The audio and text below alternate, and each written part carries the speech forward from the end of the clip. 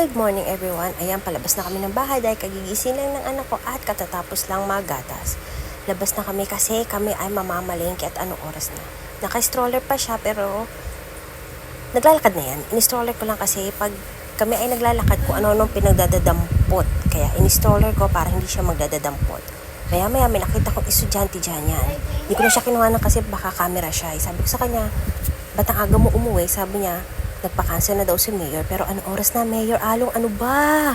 Late ka na naman nag-announce na ako mag-uwi na yung mga estudyante dyan. Yan, papunta na kami ng palengke niyan. Dire-diretso lang yan. Pero yung bata tingin ng tingin sa akin kasi nga kinukuha na ko siya ng video. Ayaw niya mag-hi. Sabi ko mag-hi siya, ayaw niya. Habang napupunta, ayan. Hindi ko na kinuha na yung sunod na ganap.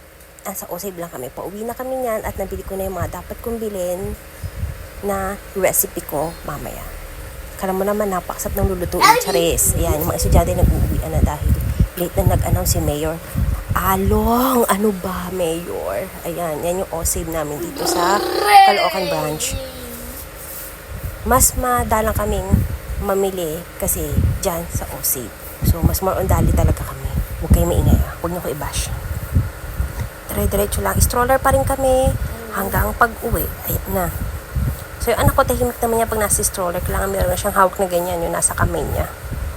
Kasi pag wala siyang hawak yan, grabe, ang kulit. Kung ano pinagagawa. At ayan. Ayan ang ginagawa niya. Ayan, ganyan lang. Stress reliever niya yan. Kasi mas kailangan niya yan. Mag-stressing lang siya ng ganyan. Ayan, oh. Titignan niya ako kasi ako ay nag-uhugas ng plato. Akala mo naman talaga marunong na maghugas ng plato yan. Everyday, ganyan lang routine niya pag morning, kaya sanay na rin naman ako na ganyan siya.